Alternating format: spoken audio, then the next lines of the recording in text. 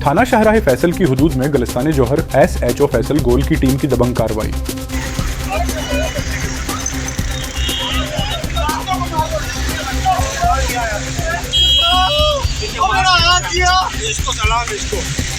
ये जवान था हमारा, ये जवान ड्राइविंग कर रहा था।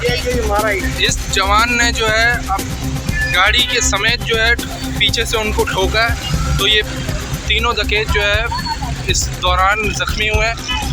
पीछे की तरफ 2 हैं और एक इस गाड़ी में है।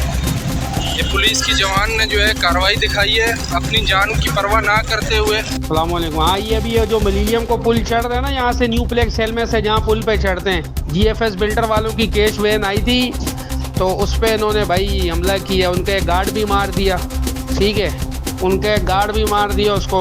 और इनके जो हमारा जवान था मोबाइल में, कामरान लड़का, इसने अपनी मोबाइल सेट की, एक लड़का जगह पर मर गया। 2 डकैत ये थाना शाहराह फैसल में बंद है।